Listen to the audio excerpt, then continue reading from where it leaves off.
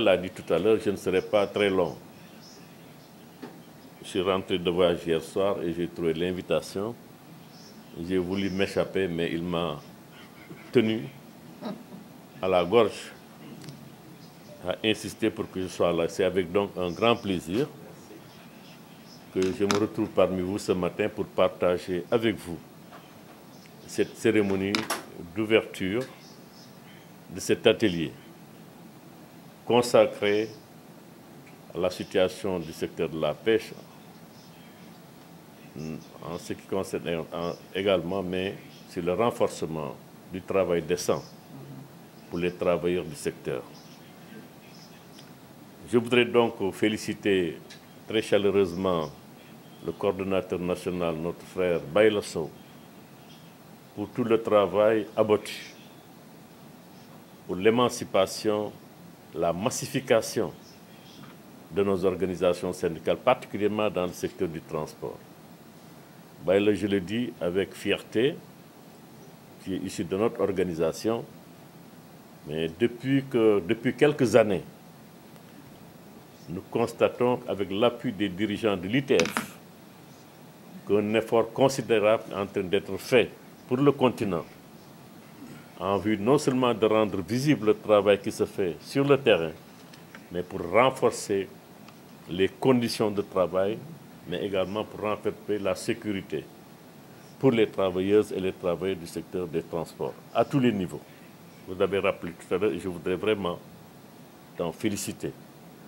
Remercier également l'ITF au niveau de l'évolution technologique et de la révolution numérique, mais également parce que si vous prenez le secteur de la pêche, c'est un secteur menacé par une surexploitation, mais également par une pêche illicite et pour lequel, en tant que continent africain, nous n'avons pas souvent, et nos gouvernements n'ont pas souvent les moyens, ou bien n'y mettent pas les moyens nécessaires en vue de contrôler ou bien de minimiser ces dégâts. Mais nous avons également ces menaces qui viennent de l'environnement. La pêche également est menacée par l'environnement. Il faut décemment se rappeler des tonnes de déchets plastiques que nous pouvons tirer donc de nos océans. C'est dire donc, camarades, votre secteur est important économiquement pour nos pays. Si nous prenons l'exemple du Sénégal, en termes de valeur ajoutée, en termes de devises, le secteur de la pêche a été un des principaux piliers sur lesquels notre pays pourrait s'appuyer pour développer ses économies.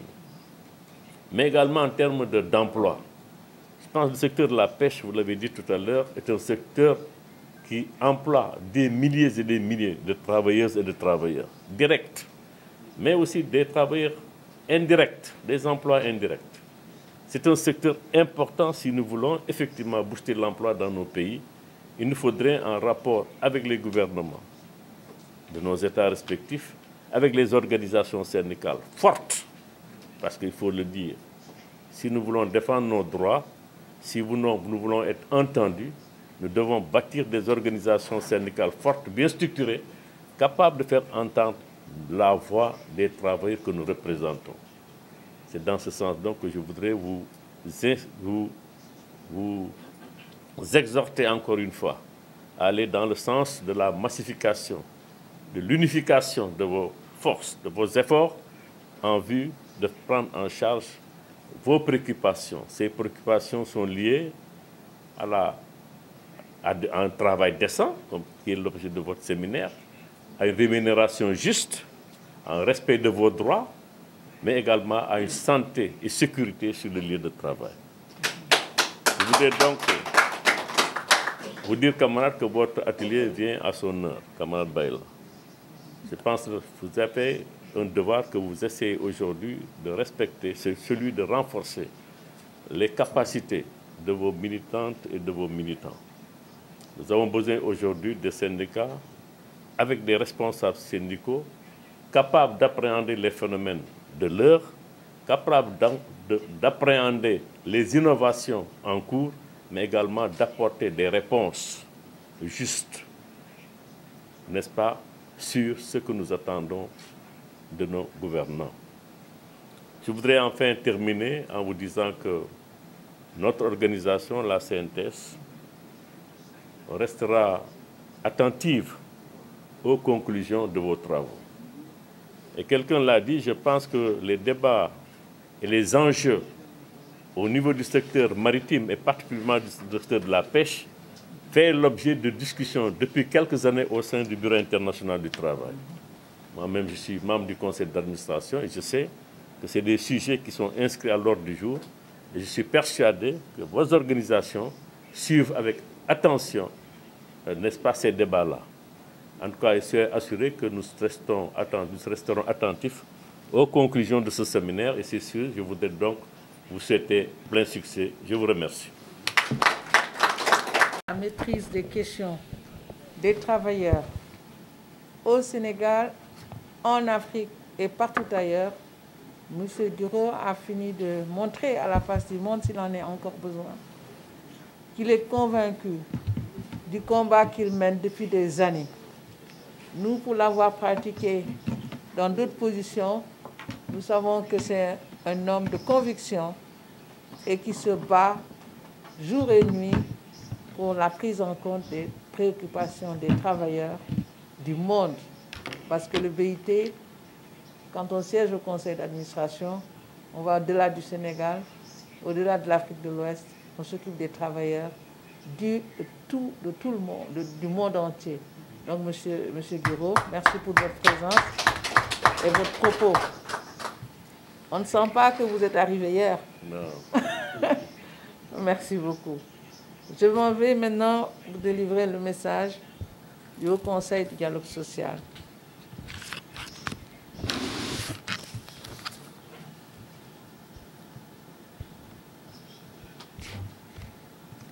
Donc, Monsieur le Président de la CSI Afrique, secrétaire général de la Confédération nationale des travailleurs du Sénégal, CNTS,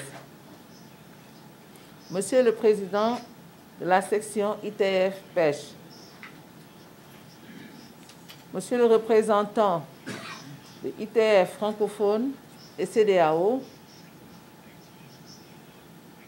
Madame, Messieurs, respectivement représentants le directeur du port de pêche et le directeur des gens de mer, Monsieur le coordinateur national de la Fédération internationale des ouvriers du transport, Monsieur Gourkouma, Monsieur les secrétaires généraux des centrales syndicales des délégations invitées, je vais nommer ceux de la Côte d'Ivoire, du Ghana, du Nigeria, du Sénégal, Madame la secrétaire générale de l'UDTS, la Mariama Diallo, Monsieur le Président d'honneur qui est avec nous, distingués invités, Mesdames, Messieurs, en vos titres, rangs et qualités.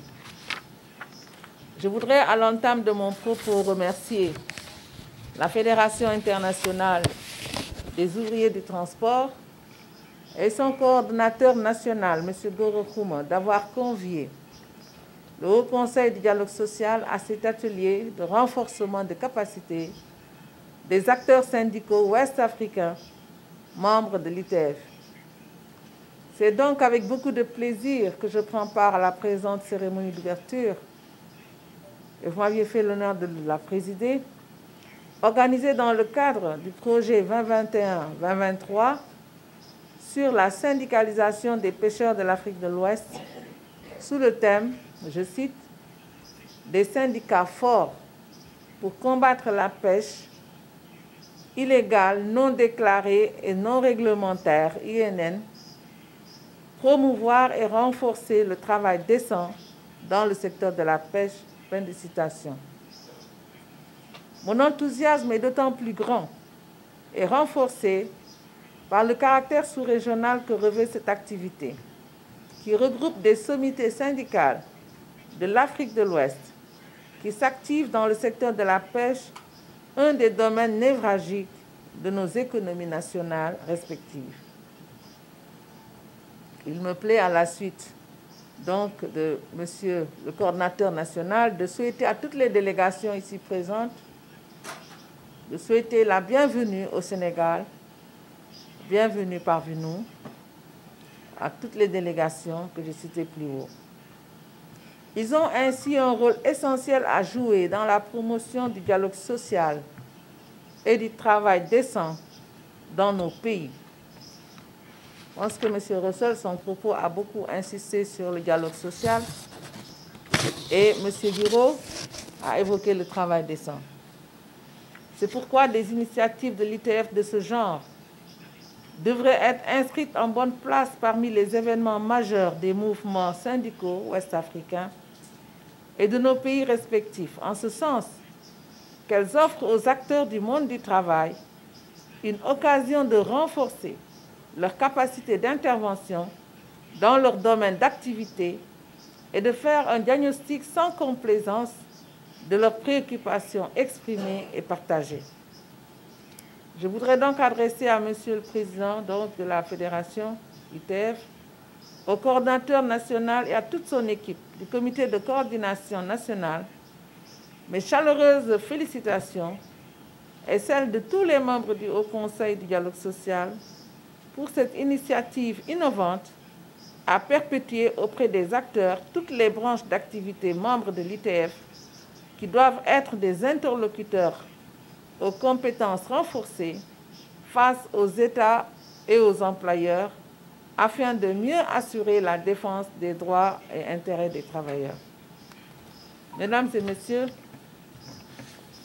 votre important projet 2021-2023 de syndicalisation des pêcheurs de l'Afrique de l'Ouest concernant la Côte d'Ivoire, le Ghana, le Nigeria et le Sénégal vient à son heure dans ce contexte marqué par la raréfaction des ressources halieutiques dans nos côtes à cause de plusieurs facteurs endogènes et exogènes sur lesquels vous ne manquerez certainement pas de revenir dans vos travaux. En portant son choix sur les 4 plus grandes économies de la sous-région, et en se fixant comme objectif essentiel de renforcer les capacités des acteurs syndicaux et travailleurs du secteur de la pêche, de promouvoir et de renforcer le travail décent, de ratifier les instruments juridiques pertinents de l'OIT applicables à la pêche et de lutter contre la pêche illégale non déclarée et non réglementée, en Afrique de l'Ouest, l'ITF inscrit son action dans la défense et la préservation des intérêts socio-économiques du secteur maritime. À ce titre, les organisations syndicales de travailleurs du secteur de la pêche en Afrique de l'Ouest se positionnent en acteurs majeurs dans la consolidation et le renforcement du dialogue social qui constitue un des piliers de l'agenda du travail décent et un des socles ou des fondements qui sous-tendent les relations professionnelles. Il est heureux de noter que dans cette perspective, le Sénégal s'est déjà inscrit dans la logique de protection des acteurs du secteur de la pêche en ratifiant depuis le 14 juin 2018 les instruments juridiques internationaux de l'Organisation internationale du travail régissant ce secteur, notamment la Convention 188 sur le travail dans la pêche 2007 et la Convention sur le travail maritime, communément appelée la MLC 2006. Ces 2 instruments internationaux, entrés en vigueur pour le Sénégal respectivement en 2019, visent à garantir le droit de tous les gens de mer à un emploi décent en leur assurant des conditions décentes de travail à bord des navires de pêche, notamment les conditions minimales requises pour le travail à bord, le logement, l'alimentation, la protection de la sécurité et de la santé au travail, les soins médicaux et la sécurité sociale. Toutes questions qui ont été évoquées ici dans les messages qui ont été lancés. Sous ce rapport, cette session de renforcement de capacité à l'attention des organisations syndicales, membres de votre organisation, participe à la consolidation et au renforcement des droits fondamentaux des travailleurs du secteur de la pêche consacrés par ces conventions pertinentes de l'OIT. Pour sa part, le Haut Conseil du dialogue social se félicite de cette initiative de l'ITF et de son comité national visant à former ses membres du secteur de la pêche. Cette activité est en droite ligne de l'une des missions permanentes de notre institution, consacrée à la formation des acteurs du monde du travail. Et je vais m'arrêter ici pour vous donner la preuve que c'est une mission qui nous tient à cœur. Mardi passé, je pense, Madame Mariama, si je me trompe, au même moment, à la même heure, nous étions avec les travailleurs de Bolloré Logistique pour une session de renforcement. Et je voudrais véritablement la féliciter ici, devant le secrétaire général, M. Modigiro. Au demeurant, je puis vous assurer ici de la disponibilité du Haut Conseil du dialogue social à vous accompagner dans cette mission qui s'inscrit résolument dans la voie d'un dialogue inclusif et d'une concertation permanente pour apporter des solutions adéquates aux préoccupations du monde du travail. C'est seulement par ce partenariat que le Haut Conseil aura atteint les objectifs qui lui sont fixés par son Excellence, Monsieur le Président de la République. C'est par ces mots que je termine mon propos en vous réitérant mes remerciements pour la confiance à l'endroit de l'institution. Je pense que M. Baylasso, M. Gora Khouma, ce n'est pas la première fois que je préside une cérémonie d'ouverture de l'ITF. À chaque fois, vous êtes venus même à nos bureaux pour que nous puissions les rencontrer, pour le travail qu'ils sont en train de faire. Et je voudrais demander à M. Russell de transmettre mes remerciements à toute l'équipe de l'ITF. Vous êtes venus de loin avec votre collègue, mais on souhaite que vous retourniez en toute bonne santé, toutes les délégations, mais surtout que vous transmettiez nos remerciements au siège pour la confiance à l'endroit d'une institution nationale, mais qui, autant que faire se peut, essaie d'œuvrer à l'apaisement du climat social, mais surtout à une mission de partage d'informations qui est d'abord, c'est comme ça qu'on définit le dialogue social. Donc merci pour ces échanges d'expériences, parce que ce milieu sera l'occasion pour chaque acteur de la Côte d'Ivoire, mon pays d'adoption, et du Ghana et du Nigeria, de partager les expériences. C'est par ces mots donc que je déclare ouvert l'atelier de renforcement de capacité de la Fédération internationale des ouvriers du transport sur le thème des syndicats forts pour combattre la pêche INN, promouvoir et renforcer le travail décent dans le secteur de la pêche. Je vous remercie de votre bien aimable attention. De capacité des syndicats qui sont dans le secteur, si vous voulez, maritime et qui sont membres de l'ITF, c'est la Fédération internationale des ouvriers du transport, dont le représentant est ici, en Afrique francophone et au niveau de la CEDEAO, et le coordonnateur national en la personne de M. Gora Khouma. Le Haut Conseil du dialogue social a présidé la cérémonie protocolaire, mais ce qu'il faut dire, c'est que l'une des missions essentielles du Haut Conseil, c'est le renforcement de capacités des acteurs du monde du travail de façon générale. Nous sommes dans le secteur maritime, le secteur de la pêche, qui est un secteur important, d'abord parce qu'il apporte à l'économie de nos pays respectifs, puisque nous avons ici à cet atelier des représentants de la Côte d'Ivoire, du Ghana, du Nigeria et du Sénégal. Donc, en cette période où véritablement on regrette un peu la raréfaction des ressources halieutiques, le département de la pêche était également représenté. Nous avons estimé que cet atelier de renforcement vient à son heure. Le secteur maritime est un secteur marqué par beaucoup de difficultés, il faut le dire. Des difficultés en termes de prise en charge du bien-être des travailleurs. Parce que le travail en mer est très difficile. Et les réglementations, même au niveau international, la ML6, sont très, très difficiles à traduire dans nos pays.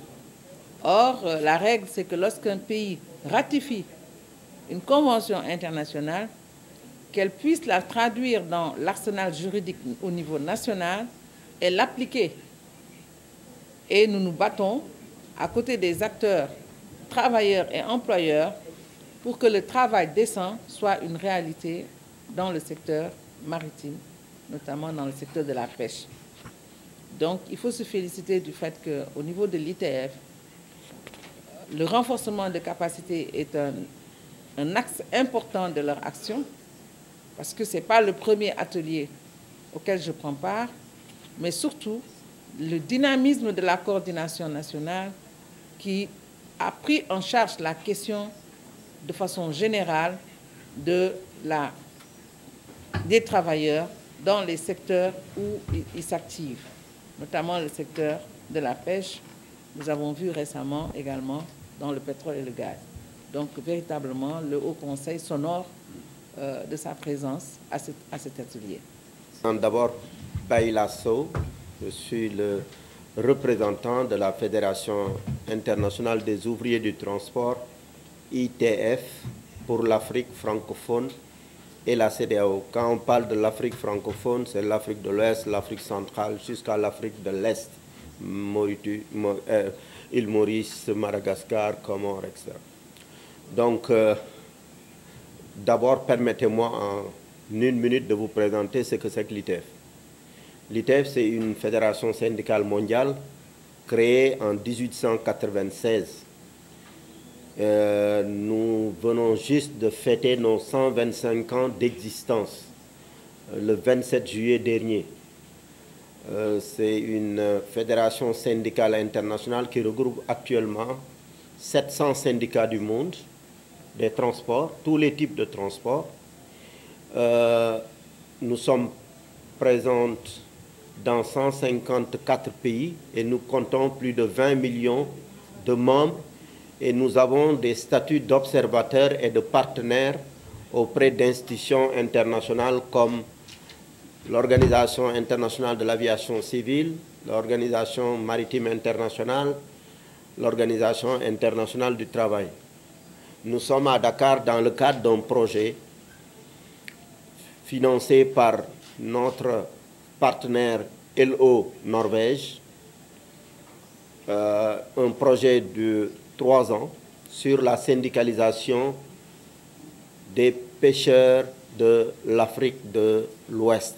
Et on a ciblé dans une première phase 4 pays qui ont les économies les plus importantes, avec des secteurs de pêche très importants, le Nigeria, le Ghana comme pays anglophone et 2 pays francophones, la Côte d'Ivoire et le Sénégal. Donc ce projet a 4 objectifs. Le premier objectif, c'est de renforcer les capacités des organisations syndicales. Parce que quel que soit Alpha, quels que soient vos objectifs, la noblesse de vos objectifs, si vous n'avez pas les capacités, vous n'allez pas les atteindre. Deuxième objectif, c'est de promouvoir le travail décent dans le secteur de la pêche. Salaire, travail décent, salaire décent, protection sociale, garantie pour tous les pêcheurs industriels et artisanaux. Mais aussi, troisième objectif, c'est la ratification d'instruments internationaux. Parce que nous n'élaborons pas, signons pas les conventions internationales pour ne pas être respectées. Et particulièrement la Convention 188 sur le travail dans le secteur de la pêche adoptée par l'OIT. Le Sénégal a ratifié, mais il reste la mise en œuvre. Les 3 autres pays n'ont pas ratifié, le Ghana, le Nigeria et la Côte d'Ivoire. Donc, 4e objectif, c'est de lutter contre la pêche illégale, non déclarée et non réglementée. Voilà, justement sur ce point. Qu'est-ce qu'on entend par pêche illégale et qu'est-ce qui vous a poussé aujourd'hui de pouvoir combattre cette... La pêche illégale, tout le monde le constate aujourd'hui.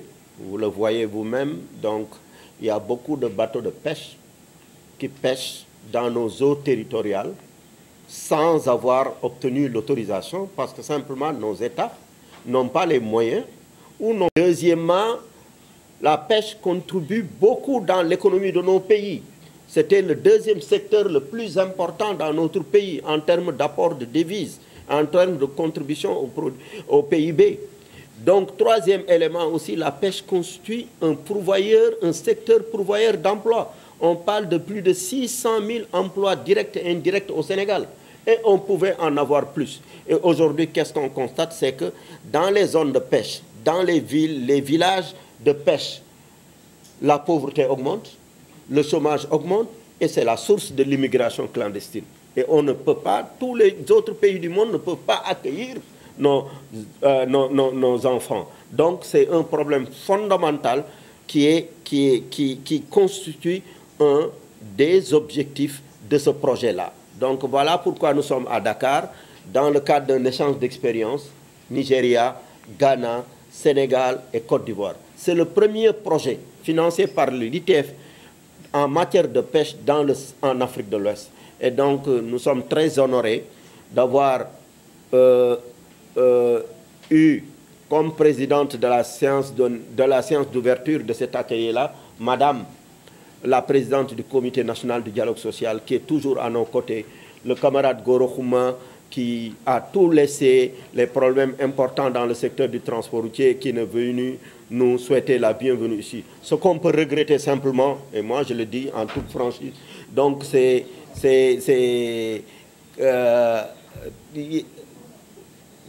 secteur de la pêche mérite plus d'attention dans tous nos pays. Merci beaucoup.